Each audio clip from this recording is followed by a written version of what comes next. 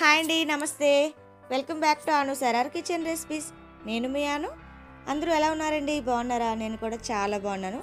ఈరోజు అయితే బ్రెడ్తో బూరెలు చేసి చూపిస్తున్నానండి. మనం బూరెలు చేసుకోవాలనుకుంటే కొంచెం ప్రాసెస్ అనేది ఉంటుంది కదా, పప్పు నానబెట్టాలి, రుబ్బాలి, చేయాలి, అది ఇది అని. అలా కాకుండా ఇలా బ్రెడ్తో కూడా చేసుకోవచ్చండి. చాలా ఈజీగా ఉంటుంది, టేస్ట్ అయితే సూపర్గా ఉంటుంది. మీరు అందరూ కూడా బ్రెడ్తో బొండాలు అనేవి తినే ఉంటారు కదా, కొంచెం హాట్ అది. ఇదైతే స్వీట్ అనమాట, సేమ్ అలానే స్వీట్తో చేస్తున్నాను. సూపర్గా ఉంది ఇదైతే. అంతకన్నా ముందు నా వీడియోస్ ఎవరైనా కొత్తగా చూస్తున్నట్టయితే కనుక పూర్తిగా చూడండి, నచ్చితే కనుక సబ్స్క్రైబ్ చేసుకుని లైక్ చేయండి. ఇప్పుడైతే ఈ రెసిపీ ఎలా తయారు చేసారో చూపించేస్తాను, పదండి. ముందుగా అయితే మనం ఉప్మా నూక తీసుకున్నానండి. నేనైతే ముందు స్వీట్ ప్రిపేర్ చేసుకోవాలి కదా, అందుకోసం ఉప్మా నూక అయితే నేను తీసుకున్నాను. చూసారు కదా, కొంచెం హెల్త్గా నేనైతే కప్పు తీసుకున్నాను.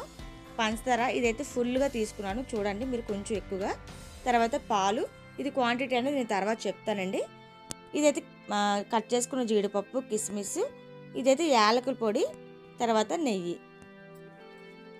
మనకు మెయిన్ బ్రెడ్ కాబట్టి బ్రెడ్ అయితే తీసుకున్నానండి. ఇది కూడా నేను స్వీట్ బ్రెడ్ తీసుకున్నాను. మనం స్వీట్ ప్రిపేర్ చేస్తున్నాం కాబట్టి బయటని కూడా కొంచెం స్వీట్గా ఉంటేనే బాగుంటుంది కదా, అందుకోసమే నేను స్వీట్ బ్రెడ్ కూడా, మిల్క్ బ్రెడ్ అనేది తీసుకున్నాను. తర్వాత ఒక కళాయి అయితే పెట్టేసుకొని ముందుగా మనం నెయ్యి అనేది వేసుకొని వేడి చేద్దామండి. ఇది ఆవు నెయ్యి, భలే ఉంది కదండి, చూడడానికి చాలా బాగుంది. నేను ఎక్కువగా నెయ్యి కూడా ఇంట్లోనే తయారు చేసుకుంటానండి. అది కూడా ఎప్పుడైనా మీకు వీడియో అనేది నేను తీసి పెడతాను. ఇప్పుడైతే నెయ్యి వేడెక్కిన తర్వాత మనం జీడిపప్పు అనేది వేయించేద్దాం. జీడిపప్పు చూసారు కదా, నేను చిన్న చిన్నగా కట్ చేసేసుకున్నాను. జీడిపప్పు కొంచెం వేగిన తర్వాత మనం కిస్మిస్ అనేది వేసుకుందాం, ఎందుకంటే జీడిపప్పు కొంచెం వేగడం టైం పడుతుంది కదా, కిస్మిస్ అయితే చాలా తొందరగా వేగిపోతుంది కదా. ఇప్పుడైతే మనం కిస్మిస్ కూడా వేయించేద్దామండి. జీడిపప్పు అయితే మనం పెద్ద పెద్దగానే వేసుకోవచ్చు, కానీ మనం ఇవైతే చిన్న చిన్న బాల్స్లో చుట్టుకుంటాం కదా, చిన్న చిన్నగా కట్ చేసుకుంటేనే మనకి తినేటప్పుడు ఎక్కువగా మనకు తగులుతూ ఉంటాయి అన్నమాట. అందుకోసం నేను చిన్న చిన్నగా కట్ చేసుకున్నాను. అలా అయితే మనకి తినేటప్పుడు చాలా బాగా తగులుతాయండి, పెద్ద పెద్దగా వేసుకునే కన్నా. అందుకోసమని మీకు ఇలా వద్దనుకుంటే మీ ఇష్టం, పెద్దగానే వేసేసుకోండి. ఇప్పుడైతే ఇవైతే చాలా బాగా వేగాయి కదా, మంచి కలర్ అయితే వస్తున్నాయి. ఇప్పుడైతే మనం వీటిని తీసేద్దాం.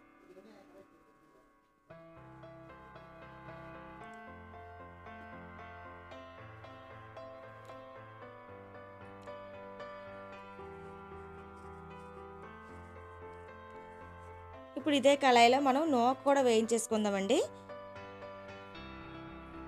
ఉప్మా నూక తీసుకున్నాం కదా, అదైతే మనం వేయించేద్దాం ఇందులో.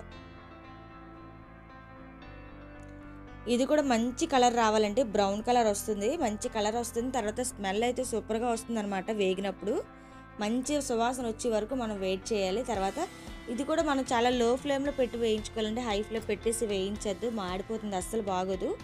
మనం చిన్న మంట పెట్టి కానీ వేయించామంటే చాలాసేపు, కొంచెం టైం అయితే పడుతుంది కానండి, చాలా బాగా వస్తుంది ఇదైతే.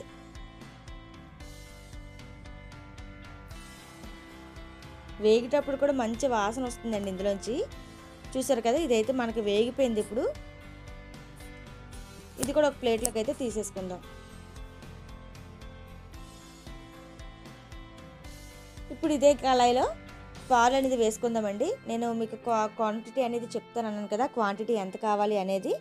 ఒక్క కప్పుకి అయితే మనం ఒక కప్పు నూక తీసుకుంటే 2.5 కప్పుల వాటర్ అయితే మనకు సరిపోతుందండి. ఇది వాటర్ అయినా పాలైనా. నేనైతే ఒక కప్పు పాలు తీసుకొని 1 కప్పున్నర అయితే వాటర్ అనేది వేసుకుంటున్నాను. మీరు కావాలంటే ఉట్టుగా నీళ్ళతోనే చేసుకోవచ్చండి ఈ రెసిపీ అనేది. నేనైతే కొంచెం అది ఇది మిక్స్ చేస్తున్నాను, టేస్ట్ అనేది బాగుంటుంది కదా అని. పాలు అయితే మనకు మరుగుతున్నాయి, మంచిగా బాగా మరగాలండి పాలు అనేది, పొంగి వస్తున్నాయి కదా. ఇప్పుడైతే మనం నూక అనేది కలిపేసుకుందాం. అందులో నూక మనం డైరెక్ట్గా వేసేద్దండి, కొంచెం ఇలా కలుపుతూ వేసామంటే కనుక మనకి ఎక్కడ ఉండలు కట్టకుండా బాగా వస్తుందన్నమాట. ఒకేసారి వేసేసామంటే కనుక కొంచెం ఉండలు కడుతుందండి. అయినా మనం కొంచెం వేయించాం కాబట్టి అంత వేగం ఉండలు అనేది కట్టదు. పచ్చిగా వేసింది అయితే మటుకు కంపల్సరీ ఉండలు కట్టేస్తుంది, కలుపుతూ వేయిపోతే కనుక. మనం వేయించాం కాబట్టి అంత వేగం ఉండలు అనేది కట్టదు. ఇప్పుడైతే మనం దీని మీద మూత పెట్టేసి కొంచెం దగ్గరికి అయ్యే వరకు వెయిట్ చేద్దామండి. మంట అనేది కొంచెం లోలోనే పెట్టుకోండి, అప్పుడే మనకి బాగా వస్తుంది. చూసారు కదా, దగ్గర పడింది మనకి. ఇంకాస్త దగ్గరికి అయ్యి నూక కొంచెం ఉడికిపోవాలన్నమాట, అప్పుడే మనకి బాగా వస్తుంది. చూసారు కదా, బాగా దగ్గర అయింది కదండి, నూక కూడా చక్కగా ఉడికిపోయింది. ఇప్పుడైతే మనం అందులో యాలకుల పొడి అనేది వేసేసుకుందాం. ఫ్లేవర్ కోసం ఉండే యాలకుల పొడి, మంచి ఫ్లేవర్ వస్తుంది కదా మనకి తినేటప్పుడు. నేను ఒక 2-3 యాలకులు తీసుకుని అందులో కొంచెం పంచదార వేసేసి దంచేసుకున్నాను అనమాట. ఆ తర్వాత అయితే పంచదార కూడా వేసేసుకున్నాం. మనం పంచదార చక్కగా కరిగిపోయి ఇందులో మిక్స్ అయిపోవాలండి. పంచదార వేసేటప్పుడు మనకి కొంచెం లూజ్ అవుతుంది, చూసారు కదా అంత టైట్గా ఉంది కదా. పంచదార వేసేసరికి అది కరుగుతుంది కాబట్టి మనకి మళ్ళీ మొదట్లో ఎలా అయితే వేసుకున్నామో అదేలాగా కొంచెం లూజ్గా అయితే మనకి తయారవుతుంది. అయితే మనం దీన్ని అలా కంటిన్యూస్గా కలుపుతూ దగ్గరికి చేసుకోవాలన్నమాట.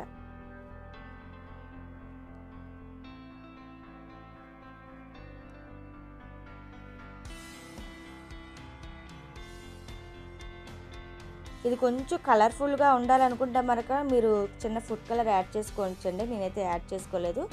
తర్వాత అయితే ఇది సాల్ట్ వేసుకున్నానండి. ఇందులో మనం ఏ స్వీట్ అయినా చేసామంటే అందులో చిటికెడు సాల్ట్ వేసుకున్నామంటే కనుక మనకు ఆ స్వీట్ అనేది చక్కగా బ్యాలెన్స్ అవుతుందన్నమాట. చాలా బాగుంటుంది తినేటప్పుడు.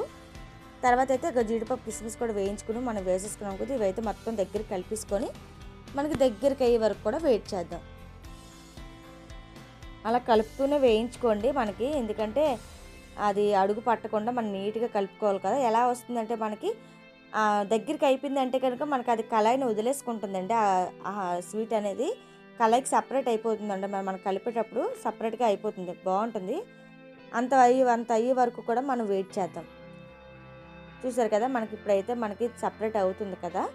ఇలా వస్తే మనకు సరిపోతుందండి.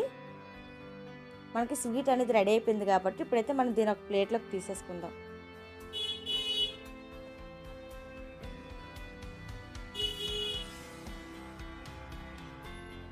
ఇలా ప్లేట్లోకి తీసేసిన తర్వాత దీన్ని అయితే మనం చల్లారి వరకు వెయిట్ చేద్దామండి. ఎందుకంటే మనం వేడి మీద అయితే మనం చుట్టలేము కదా, బూరెలాగా చుట్టుకోలేము కదా. కొంచెం చల్లారి వరకు మనం వెయిట్ చేద్దాం. ప్రసాదం నోక ప్రసాదం అండి. ఇదైతే ఇలా తీసుకుంటే సూపర్గా ఉంటుంది అండ్ మంచి నెయ్యి వాసన వస్తుంది. తర్వాత జీడిపప్పు కిస్మిస్ వేసుకున్నాం, ఇలా తినేసినా సూపర్గా ఉంటుందండి. పిల్లలు ఉన్నారంటే ముందు మనకు చేయకముందు ఇలానే తినేస్తుంటారు కదా. ఇప్పుడైతే చల్లారింది కదా, నేనైతే ఇవి మనకు నచ్చిన సైజులో బూరెలాగా చుట్టేసుకుందాం.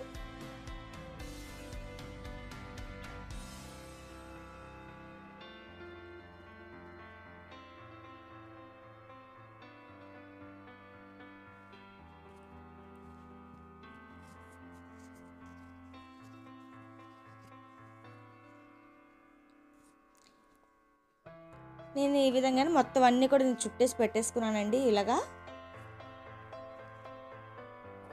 మనకి ముందైతే బూరెలోకి బాల్స్ అనేది రెడీ అయిపోయింది కదా. ఇప్పుడైతే కళాయి పెట్టేసి అందులో ఆయిల్ అనేది వేసేద్దామండి. మనకు అవి ములిగే వరకు కూడా ఆయిల్ అనేది కావాలి. చక్కగా మనం ములిగితూ వేగుతూ ఉంటేనే బాగా వేగుతాయి కదా. మనమైతే ఆయిల్ వేసేసి ఈలోపు హీట్ చేద్దాం. మనకు ఆయిల్ హీట్ ఎక్కేలోపు మనం ఇదైతే రెడీ చేసేసి పెట్టేసుకుందామండి. ముందుగా అయితే బ్రెడ్ అనేది తీసుకోవాలి. ఇది తీసుకున్న తర్వాత మనం వాటర్లో కొంచెం అటు ఇటు ముంచామంటే కనుక వాటర్ హీట్ చేసుకుంటుంది కదా, దాన్ని అయితే గట్టిగా నొక్కేయాలి. ఈ విధంగా వాటర్ అనేది బయటకు వచ్చే వరకు నొక్కేసిన తర్వాత ఈ విధంగా బాల్స్లా మనం రెడీ చేసుకోవాలి. కొంచెం గట్టిగా ప్రెస్ చేస్తూ నొక్కేసామంటే కనుక అస్సలు ఊడవండి. మీరు అనుకోవచ్చు ఆయిల్లో వేస్తే ఊడుతుందా అది ఇది అనుకుంటారేమో. అస్సలు ఊడవండి, ఇది బయటకైతే రాదు, చాలా చక్కగా మనకు అంటికిపోతుంది. కొంచెం ఈ విధంగా మళ్ళీ ఇంకొకటి చూపిస్తున్నాను చూడండి, మీరు కొంచెం అర్థమవుతుందని ఒక 2-3 వరకు అయితే నేను చేసి చూపించాను.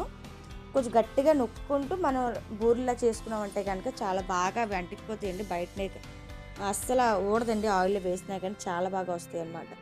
మీరైతే స్వీట్ బ్రెడ్ తీసుకోండి, మనకి స్వీట్ అయితేనే బాగుంటుంది. దీనిపైన కోటింగ్ కూడా ఇప్పుడైతే చూడండి ఈ విధంగా నేను మొత్తం అన్నీ కూడా రెడీ చేసి పెట్టేసుకుంటానండి. ముందుగా ఆయిల్ వేసేటప్పుడు మనం రెడీ చేసి పెట్టేసుకున్నామంటే ఆయిల్ వేసేటప్పుడు మనకి ఈజీగా ఉంటుంది కదా. ఇప్పుడైతే నేను ఆయిల్ హీట్ ఎక్కిన తర్వాత ఈ విధంగా వేసేసుకుంటున్నాను. మనకి ఇదైతే మీడియం టు హై అడ్జస్ట్ చేసుకోండి. మ్యాక్సిమం మనం ఫస్ట్ అయితే హైలో పెట్టండి, తర్వాత మీడియం పెట్టిన తర్వాత 1 నిమిషం ఆగి మళ్ళీ హైలో పెట్టేసుకోండి. హైలో వేయించేసుకుంటే చాలా బాగా వేగుతాయి, క్రంచీగా వస్తుందండి. మీకు తెలుసు కదా ఆల్రెడీ బ్రెడ్ వేగితేనే ఎంత క్రంచీగా ఉంటుందో మీకు తెలుసు. అలాంటిది మనం కోటింగ్ బ్రెడ్ క్రమ్స్ వేసుకుంటాం, అవి కూడా చాలా క్రంచీగా వస్తాయి కదా. దేనికి క్రంచీగా ఉండడానికి కదా మనం బ్రెడ్ క్రమ్స్ కూడా వాడతాం ఎక్కువగా. అలాంటిది బ్రెడ్ మనం పైన ఈ విధంగా బూరెలా చేసామంటే ఇది ఎంత క్రంచీగా ఉంటుందో మీరు ఊహించండి ఒకసారి, మీకే అర్థమవుతుంది కదా. చూస్తుంటే మీకు తెలిసిపోతుంది కదా ఎంత క్రంచీగా వచ్చాయి అనేది. ఇప్పుడైతే మనకి ఈ వేగిపోయి గట్టి తీసేద్దాం బయటికి.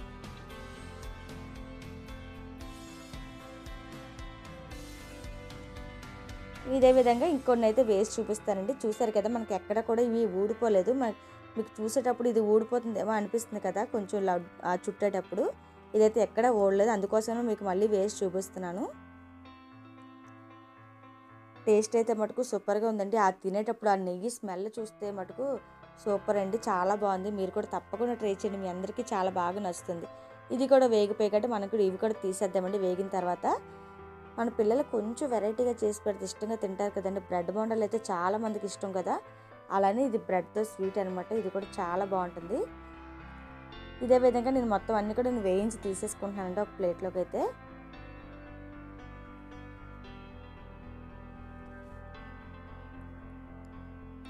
చూడండి, ఇదే మనం ఒక ప్లేట్లోకి సర్దేసుకుందాం ఇవన్నీ కూడా. మీకు చూస్తుంటే తెలుస్తుంది కదా ఎంత క్రంచీగా కనిపిస్తున్నాయి బయటికి. అవి బూరెలు సేమ్ బూరెలాగే ఉన్నాయి కదండి, ఏమాత్రం తేడా లేదు చూడడానికి అయితే మటుకు. టేస్ట్ కూడా అలానే ఉంటుందండి, చాలా బాగుంటుంది.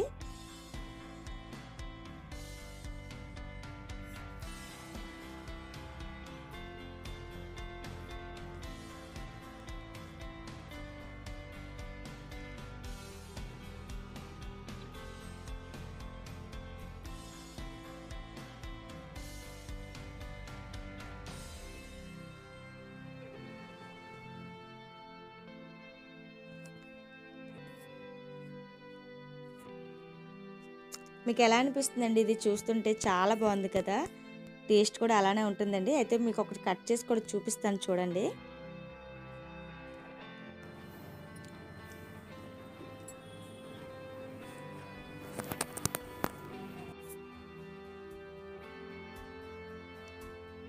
చూసారు కదా, చాలా బాగుంది కదండి. స్వీట్ అయితే సూపర్గా ఉంది. ఈ బూరెలు అయితే నాకు చాలా బాగా నచ్చాయి, మీకు కూడా బాగా నచ్చుతాయి అనుకుంటున్నాను.